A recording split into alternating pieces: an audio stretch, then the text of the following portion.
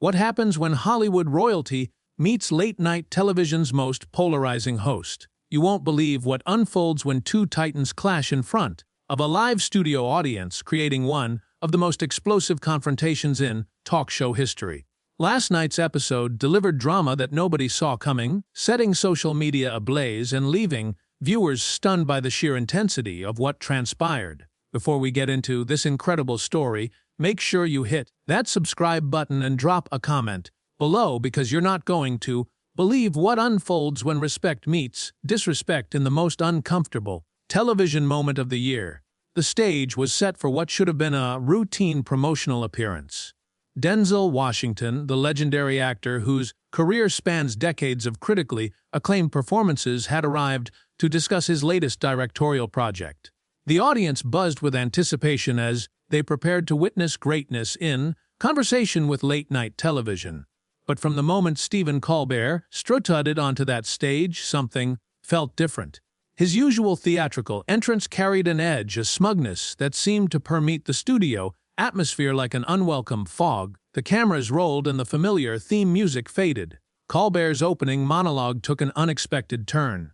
Instead of his typical political jabs and current events commentary, he began making subtle digs about Hollywood elites and their disconnect from everyday Americans. The audience laughed nervously, sensing something brewing beneath the surface. When he finally introduced his guest, there was an unmistakable condescension in his voice, as he described Denzel as someone who had managed to stay relevant despite changing times. Denzel walked out with his characteristic dignity intact, acknowledging the audience with genuine warmth before taking his seat. But even as he settled into the guest chair, his posture suggested a man who had already picked up on the hostile undertones. The handshake between host and guest lasted a fraction too long, with Colbert's grip seeming more like a challenge than a greeting. The veteran actor's eyes narrowed slightly, a subtle sign that he was already recalibrating his approach to what he thought would be a standard interview. The conversation began innocuously enough, with Colbert asking about the new film, but his questions carried barbs wrapped in seemingly innocent curiosity. When discussing the movie's themes of redemption and second chances, Colbert interjected with a comment about how convenient it was for wealthy actors to make films about moral righteousness while living in their ivory towers. Denzel's response was measured but firm, explaining that storytelling has always been about reflecting the human condition, regardless of the storyteller's circumstances. The tension in the room became palpable as Colbert pressed forward with increasingly loaded questions. He began questioning whether actors like Denzel truly understood the struggles of ordinary people, suggesting that their perspectives were inherently limited by privilege and wealth. The audience, initially entertained by what they assumed was playful banter, began to shift uncomfortably in their seats as the host's tone grew more aggressive. Denzel maintained his composure with the grace of someone who had navigated decades in an industry known for its ego clashes. He responded to each provocation with thoughtful answers, attempting to redirect the conversation toward more productive territory. But Colbert seemed determined to push boundaries, interrupting his guest mid-sentence and dismissing his responses with theatrical eye rolls and exaggerated facial expressions that played well to his loyal audience members but clearly irritated the seasoned actor. The breaking point began to crystallize when Colbert brought up Denzel's recent comments about the importance of personal responsibility in addressing social issues. The host twisted these remarks, suggesting that the actor was somehow blaming victims of systemic inequality for their circumstances. Denzel's jaw tightened, visibly, as he realized he was being deliberately misrepresented on national television. His voice remained steady, but those familiar with his work could recognize the steel entering his tone as he began to correct the host's mischaracterization. What started as professional courtesy was rapidly deteriorating into something far more personal and confrontational. Colbert's questions became accusations, thinly veiled as journalism, while Denzel's responses grew more direct and less diplomatic. The studio audience found themselves witnessing something unprecedented, a respected actor being systematically disrespected by a host who seemed more interested in creating viral moments than conducting a meaningful interview. As the commercial break approached, the tension had reached a fever pitch that left everyone in the studio wondering how much more explosive this encounter could become. The red light dimmed, and the familiar "we'll be right back" announcement echoed through the studio, but instead of the usual relaxed atmosphere that accompanies commercial breaks, an uncomfortable silence settled over the set. Denzel remained seated, his hands clasped firmly in his lap, while Colbert immediately stood and walked away, without acknowledging his guest. The studio audience exchanged nervous glances, whispering among themselves about the palpable hostility they had just witnessed. Production assistants moved around the set with unusual urgency, their faces betraying concern about what was unfolding in real time. During those precious few minutes of break, no pleasantries were exchanged between host and guest. Colbert huddled with his producers near the main desk, gesturing animatedly while casting occasional glances toward Denzel, who sat in stoic silence, reviewing what had just transpired. The veteran actor's expression revealed nothing, but those closest to the set later described an energy emanating from him that suggested a man preparing for battle rather than concluding a friendly interview. When the cameras rolled again, the atmosphere had somehow grown even more charged. Colbert returned to his seat with what appeared to be renewed determination to push his guest further. The commercial break had done nothing to cool the tension.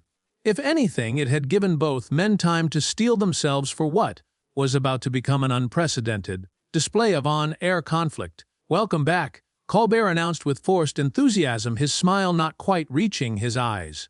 "We're here with Denzel Washington, and we were just discussing how Hollywood figures navigate their role in society." His tone carried an ominous undertone that immediately signaled to viewers that the gloves were about to come off completely. The audience applauded weakly, sensing they were about to witness something that would transcend typical late-night entertainment. What happened next would be replayed countless times across social media platforms and analyzed by television critics for weeks to come. Colbert leaned forward, abandoning any pretense of respectful interviewing, and delivered what could only be described as a calculated provocation disguised as a question. "Denzel, you've built your career playing characters who represent moral authority, but isn't there something fundamentally hypocritical about a millionaire actor lecturing working-class Americans about values and responsibility?" The question hung in the air like a thrown gauntlet. Denzel's response was immediate and uncompromising. "Stephen, I think there's a fundamental misunderstanding here about what I do and why I do it. I don't lecture anyone, I tell stories. And if you're suggesting that financial success somehow disqualifies a person from having authentic experiences or valid perspectives, then you might want to examine your own position as a wealthy television host making assumptions about people you've never met." The comeback was delivered with such precision and dignity that it momentarily stunned Colbert into silence. But rather than backing down, the host doubled down on his aggressive approach. "Oh, so now we're talking about my wealth. That's interesting. Coming from someone who charges millions per picture while preaching about humility and service to others."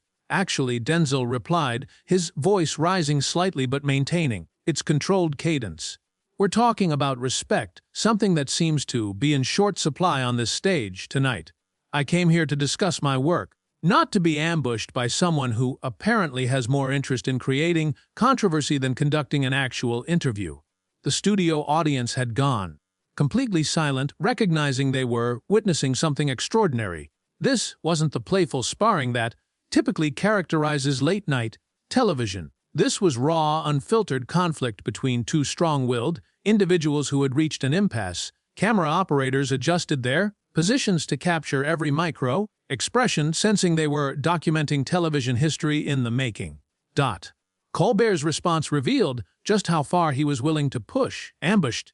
You're a public figure, Denzel. Public figures get questioned. Or do you prefer the kind of softball interviews where everyone tells you how wonderful you are?" The host's tone had shifted from condescending to openly hostile. His previous attempts at maintaining a veneer of professionalism completely abandoned. "There's a difference between questioning and disrespect," Denzel shot back, his composure beginning to crack for the first time. "There's a difference between journalism and whatever this performance is supposed to be. I've been doing this for over 40 years, and I've never encountered such unprofessional behavior from someone who's supposed to be a host." The personal nature of the exchange had escalated beyond anything the show's producers had ever encountered. Colbert, seemingly energized by his guests' growing frustration, pressed his advantage. Unprofessional. I'm asking the questions that your publicists usually screen out. I'm treating you like a human being, instead of a celebrity who expects to be handled with kid gloves. Kid gloves. Denzel's voice carried a dangerous edge that everyone in the studio could feel. You want to see what happens when the gloves come off completely, because right now I'm still being respectful to you and your audience. But that courtesy has its limits. The threat was implicit, but unmistakable. The audience held its collective breath as they realized they might be about to witness a complete breakdown of the traditional host-guest dynamic. Production staff moved nervously into shadows, uncertain whether to intervene or let the confrontation play out to its natural conclusion. Colbert, either oblivious to the warning or deliberately ignoring it, made the fateful decision to escalate further limits. What are you going to do? Storm off. Walk away when someone finally asks you real questions instead of feeding your ego. The host challenge was delivered with a smirk that suggested he believed he had cornered his guest. But what he had actually done was cross a line from which there would be no return. The moment those words left Colbert's mouth, something fundamental shifted in Denzel's demeanor, and everyone present knew that whatever happened next would define not just this interview, but potentially both men's legacies for a heartbeat that seemed to stretch into eternity. Denzel Washington sat perfectly still. The studio lights cast sharp shadows across his face as he processed what had just been said to him. When he finally spoke, his voice carried the weight of 4 decades in an industry that had tested his patience countless times, but never quite like this. Storm off, Denzel repeated, slowly, each word measured and deliberate. You think this is about ego. You think this is about me not being able to handle tough questions. He leaned forward slightly, his presence seeming to fill the entire studio despite remaining seated. Let me tell you something, Stephen. I faced down critics, directors, and executives who could end careers with a phone call. I've navigated an industry that didn't always welcome people who looked like me. I've earned every single thing I have through work, dedication, and yes, by answering tough questions from people who actually knew how to ask them professionally.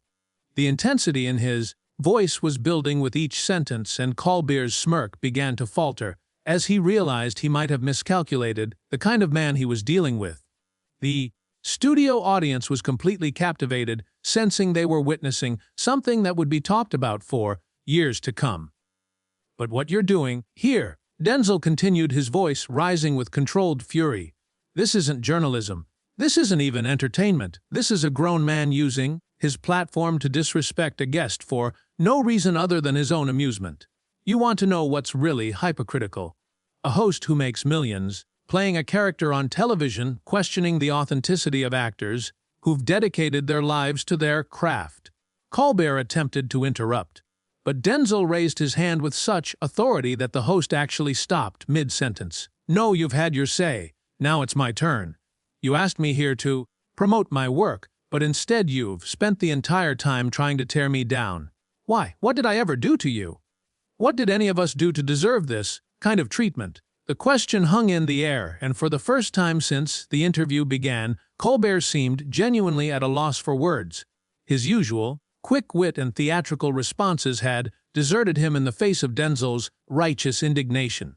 The audience could feel the power dynamic shifting dramatically as the guest took complete control of the conversation. You want to talk about being out of touch. Denzel pressed on, his voice gaining momentum. You sit behind this desk every night making jokes about people you've never met, situations you've never experienced, and struggles you've never faced. You mock politicians, celebrities, and anyone else who makes for easy targets, all while hiding behind the excuse that it's just comedy. But there's nothing funny about disrespect, Stephen. There's nothing entertaining about using your platform to humiliate people who come here in good faith. The studio had become so quiet that the hum of the cameras seemed almost deafening. Production staff stood frozen, unsure whether to cut to commercial or let this unprecedented moment continue to unfold. Colbert's producers watched helplessly from the sidelines as their host's reputation crumbled in real time. I've spent my entire career trying to elevate this industry, Denzel continued, his passion evident in every word. I've tried to tell stories that matter, to portray characters with dignity and truth, to show young people that excellence is possible if you're willing to work for it. And I've done it without tearing others down, without using my success as a weapon against those who are still climbing. Colbert finally found his voice, but it came out smaller and less confident than anyone had ever heard him. Denzel, I think you're misunderstanding. No, Denzel cut him off firmly. You're the one who's misunderstood. You've misunderstood what this conversation was supposed to be. You've misunderstood your role as a host. And you've completely misunderstood the kind of man you're dealing with. The actor stood up slowly, his full height and presence dominating the stage in a way that made Colbert appear diminished by comparison. I didn't come here to be anyone's punching bag. I didn't come here to be ambushed by someone who thinks controversy is a substitute for competence. I came here to have a conversation about work that I'm proud of with someone I thought would treat that work and me with basic human respect. Colbert made one last, desperate attempt to salvage the situation. Look, maybe we can start over. Start over. Denzel's voice carried a note of incredulous anger. You think you can spend 30 minutes disrespecting me and then just hit a reset button? You think my time, my dignity, my reputation are things you can play with and then put back together when it's convenient for you. The actor began removing his microphone with deliberate, purposeful movements. Each action seemed to echo through the studio as the full reality of what was happening began to sink in for everyone present. This wasn't just a heated exchange anymore. This was a complete breakdown of the show's format and credibility. Let me tell you something that your research team should have discovered before I walked out here, Denzel said as he placed the microphone on the side table with finality. I don't need this show. I don't need your approval, your platform, or your audience. I've built a career on integrity and respect, and I'm not about to compromise either of those things for a few minutes of your brand of entertainment. Colbert's face had gone pale as the full magnitude of the situation became clear. This wasn't just an argument. This was a public humiliation being broadcast to millions of viewers. His attempt at edgy interviewing had backfired spectacularly, transforming him from provocative host to exposed bully in the span of a single segment. You want to know what real strength looks like? Denzel asked, his voice now calm but carrying unmistakable power. It's knowing when to walk away from people who don't deserve your presence. It's refusing to participate in someone else's attempt to diminish you. It's having enough self-respect to say enough when someone crosses the line. With those words, Denzel Washington turned away from Stephen Colbert and began walking toward the exit. The studio audience erupted in applause, their appreciation for the actor's dignity and strength overpowering any loyalty they might have felt to the show's host. Camera operators scrambled to follow his movement, capturing every step of what would become one of the most replayed moments in late-night television history. As Denzel reached the edge of the stage, he paused and turned back one final time. Stephen, I hope someday you learn the difference between being provocative and being cruel. For your sake and for the sake of every guest who has to sit in that chair after me. The silence that followed was deafening. Colbert sat frozen behind his desk, his usual animated demeanor completely deflated. The man who had built his career on quick comebacks and theatrical responses had been rendered speechless by the sheer force of Denzel's moral authority. His hands fidgeted nervously with his index cards as he struggled to process what had just unfolded before a live television audience. The studio audience continued their applause as Denzel disappeared into the wings, many rising to their feet in a spontaneous, standing ovation that lasted nearly 30 seconds. The cameras captured every moment of Colbert's visible discomfort as he sat alone at his desk, the empty guest chairs serving as a stark reminder of his spectacular failure as a host. Production assistants could be seen in the background frantically communicating through their headsets as they tried to figure out how to salvage what remained of the show. When the applause finally died down, Colbert attempted to regain his composure, but his voice cracked slightly as he addressed the cameras. Well, that was unexpected. We'll be right back after this commercial break. The forced smile he managed barely masked the humiliation written across his face, and viewers could sense that this wasn't just another talk show moment. This was a career-defining disaster that would follow him for years to come. That as the show cut to commercial, the studio buzzed with unprecedented energy. Audience members pulled out their phones, already sharing videos and commentary about what they had just witnessed. The hashtag #Denzel walks out began trending within minutes, with social media exploding in support of the actor's dignified stand against unprofessional treatment. The contrast between Denzel's grace under pressure and Colbert's bullying behavior became the subject of countless posts, memes, and think pieces that would dominate the cultural conversation for weeks. Behind the scenes, network executives were already in damage control mode, knowing that this moment would be replayed endlessly across every media platform. The interview had exposed something fundamental about the toxic culture of modern late-night television, where hosts often prioritized viral moments over basic human decency. Denzel's walkout wasn't just a rejection of one man's poor behavior. It was a statement about the standards that public figures should be held to when given platforms to reach millions of viewers. The remaining segments of the show proceeded, awkwardly, with Colbert clearly rattled and unable to recapture his usual rhythm. His closing monologue felt hollow and forced, a stark contrast to the raw authenticity that Denzel had brought to the stage just minutes earlier. When the credits finally rolled, everyone involved knew they had just witnessed television history. Not the kind that gets celebrated, but the kind that serves as a cautionary tale about what happens when ego and disrespect collide with integrity and dignity. In the days that followed, the interview would be dissected by media critics, replayed on news programs, and analyzed as a perfect example of how not to conduct an interview. Denzel's words about strength, respect, and knowing when to walk away would be quoted extensively, cementing his reputation not just as a great actor, but as a man of uncompromising principles who refused to be diminished by anyone regardless of their platform or position.